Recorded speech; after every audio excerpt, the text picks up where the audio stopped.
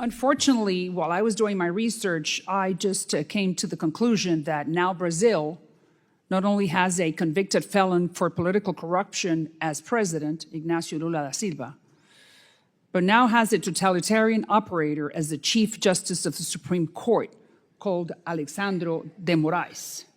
Wow.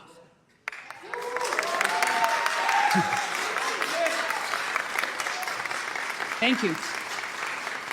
I mean, there's nothing to celebrate. Poor Brazilians, they deserve a lot better. The most important country, saying it, finally. The most important country in the, economically speaking, or the largest economy in the Western Hemisphere, I mean, South America, I should say, to be more precise, deserves better. So, having said this, Elon Musk, the owner of Twitter, has become a target to the highest court because he shoots back. And that's the way you do it in a democracy. Really, we do not know if the Supreme Justice, Mr. de Moraes, is a socialist, or he's a useful fool, or he's a useful idiot for the socialists. But we do know that he is curtailing the most fundamental right that any democracy, including the Brazilians, have, which is free speech. And I really do not understand why. So that's why. Thank you very much, Mr. Schellenberger, for being here with us. And I do want you to explain to us, why do you think that Elon Musk and Twitter is in the crosshairs of this gentleman? And I commend Elon Musk for doing that. Very good. That's exactly what he needs to do, not only in Brazil, but he needs to create the Brazilian model as an example that someone that has...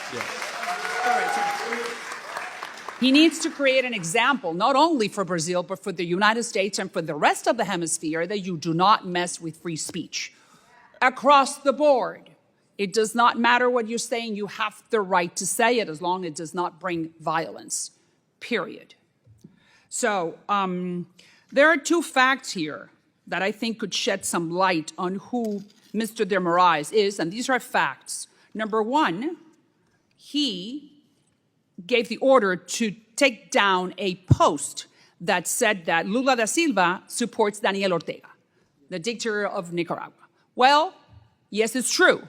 So why can the Brazilians not know that? So Mr. de Moraes ordered to bring it down.